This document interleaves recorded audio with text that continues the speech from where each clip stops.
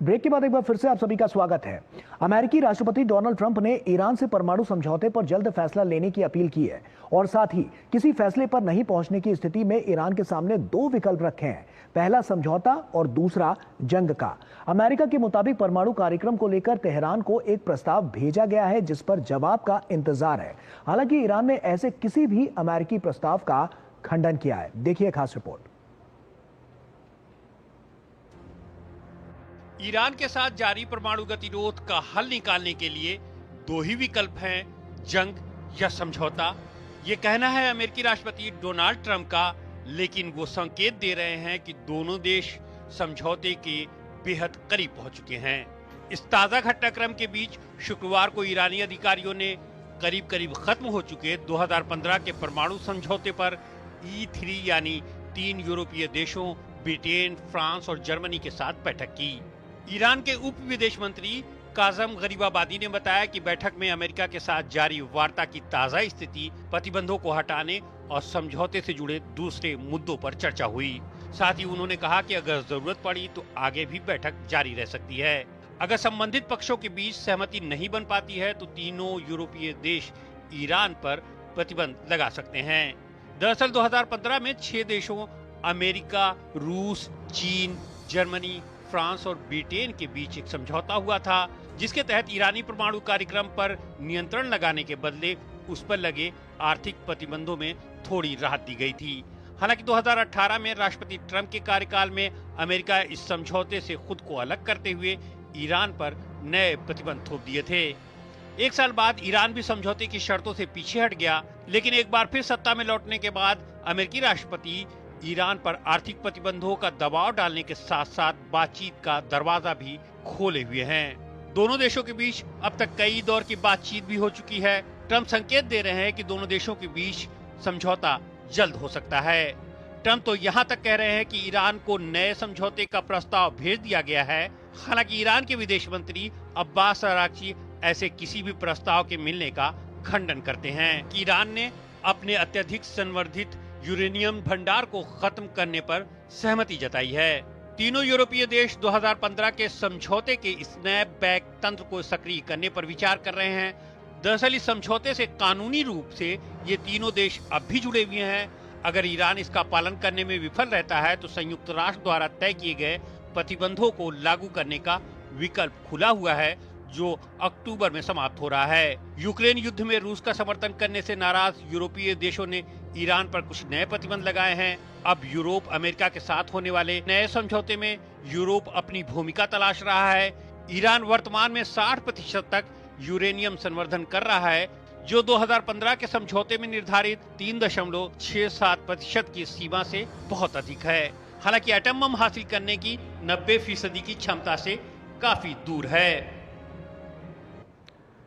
तो ऐसे में साफ तौर पर क्या असर इसका पड़ता हुआ पूरी दुनिया पर नजर आएगा, आइए इसी पर चर्चा करते हैं। हमारे साथ अनिल वाधवा जी लगातार जुड़े हुए हैं। अनिल जी, क्या आसार लग रहे हैं साफ तौर पर ईरान और अमेरिका जो समझौता है इसको लेकर, क्योंकि इसका असर जो है, इसका व्यापक असर जो है पूरी दुनिया पर पड़ता हुआ नजर आएगा?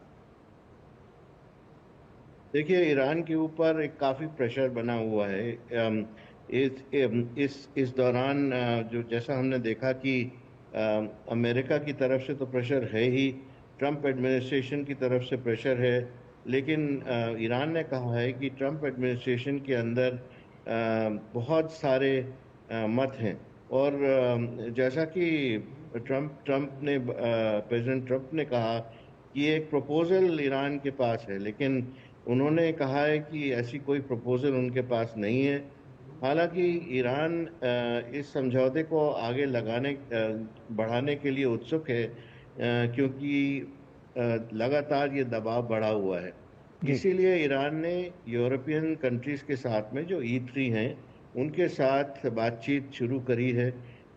आपको ज्ञात होगा कि जब पिछली बार JCPOA का समझौता हुआ था उस टाइम पर यूरोपियन कंट्रीज ने एक बड़ा अहम रोल प्ले किया था, लेकिन उस टाइम पर रशिया भी इस समूह में था। अब रशिया उस समूह में नहीं है। जो यूरोपियन कंट्रीज हैं उन्होंने ईरान के ऊपर, जैसे आपकी रिपोर्ट ने बताया यूक्रेन के युद्ध के बाद एक नए सिरे से सैंक्शन लगाई, तो वो सैंक्शन भी हैं और ऊपर से यूनाइटेड स्टेट्स की सैंक्शन भी चल रही हैं। और जो गाज़ा में जो युद्ध चल रहा है, उसके चलते ईरान के ऊपर दूर से बहुत बड़े प्रेशर्स हैं, क्योंकि हिजबुल्लाह की वजह से और उसके लिंकेजेस की वजह से यूएस की तरफ से ईरान के ऊपर भरोसा बहुत कम है। बिल्कुल। और इसीलिए प्रेसिडेंट ट्रम्प चाहेंगे कि चूंकि ईरान अपनी जो एनरिचमेंट कैपेसिटी है, अगर उसको थोड़ा सा भी बढ़ा लेता है तो वो न्यूक्लियर वेपन स्टेट के दर्जे में पहुंच सकता है। इसलिए वहाँ पर काफ़ी सारी एंग्जाइटी है, और इजराइल की तरफ से भी काफ़ी एंग्जाइटी है। इसलिए ईरान के ऊपर अभी ये समझौते करने पर बहुत बड़ा प्रेशर।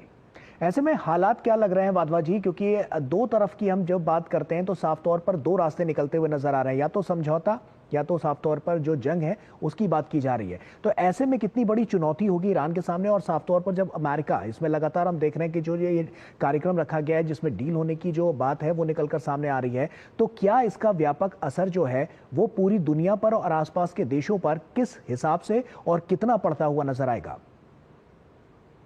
देखिए, जहाँ तक ईरान का संबंध है, ईरान चाहेगा कि उसकी जो पीसफुल न्यूक्लियर यूजेस की जो डिमांड है उसको पूरा किया जाए, और जो मिसाइल डेवलपमेंट का जो उसका प्रोग्राम है उस पर विद इन लिमिट्स रोकथाम लगाई जाए।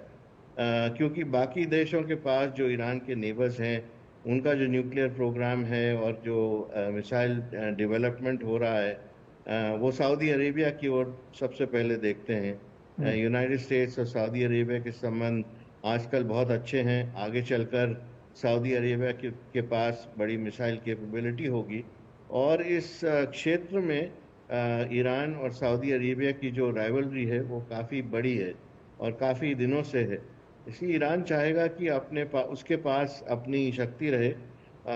और हालांकि समझौते पर ईरान सहमत हो जाएगा, लेकिन ईरान चाहेगा कि उसकी जो पीसफुल न्यूक्लियर यूजेस की जो डिमांड है उसको पूरा किया जाए, और विद इन लिमिट्स जो मिसाइल डेवलपमेंट ईरान चाहता है उसके ऊपर भी रोकथाम ना लगे।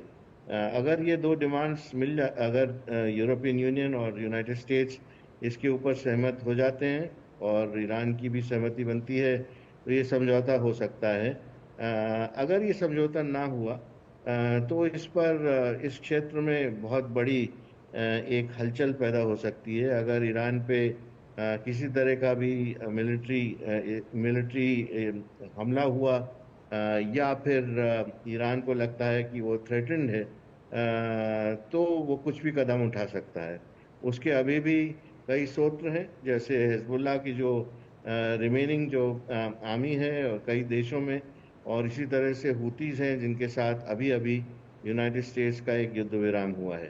तो उसको हमने देखा है एक्टिवेट करने में वाधवा ज़्यादा जी, देर हमने ये नहीं भी लग देखा है कि एक लंबा समय एक अंतराल देखा गया है, और E3 की जो बैठक हुई थी उसमें भी तमाम निर्णायक इस पर जो बातें थी, जो पॉइंटर्स थे वो निकाले गए थे, और वहां से भी एक जो रास्ता है उसको तलाशने की वहां पर कवायद जो थी वो और तेज होती हुई नजर आई थी। तो क्या इन सब पहलुओं को अगर हम मद्देनजर देखें तो क्या इनसे अब आने वाले समय में कुछ भविष्य में इस तरह की योजनाएं बन सकती हैं जिनसे बीच का रास्ता निकाला जा सकता है, जहां पर एक तरह का कॉन्फ्लिक्ट और ना पैदा हो, जैसा हमने देखा वैश्विक स्तर में जो इस वक्त तमाम देशों के साथ चल रहा है? जी बिल्कुल, क्योंकि मिडल ईस्ट के जो देश हैं वो भी यही चाहेंगे कि बीच का रास्ता निकले, और ओमान का रोल इसमें बहुत अहम रहा है। ओमान ने ईरान और यूनाइटेड स्टेट्स की जो टॉक्स हैं उसको अपनी सरजमीन पर फैसिलिटेट किया है। चार राउंड ओमान में हो चुके हैं, पांचवा राउंड होने वाला है। तो उसमें कुछ प्रोग्रेस ज़रूर हुई है, और बीच का रास्ता जैसे आपने कहा, ये ज़रूर है कि इसकी पॉसिबिलिटीज़ बहुत ब्राइट है।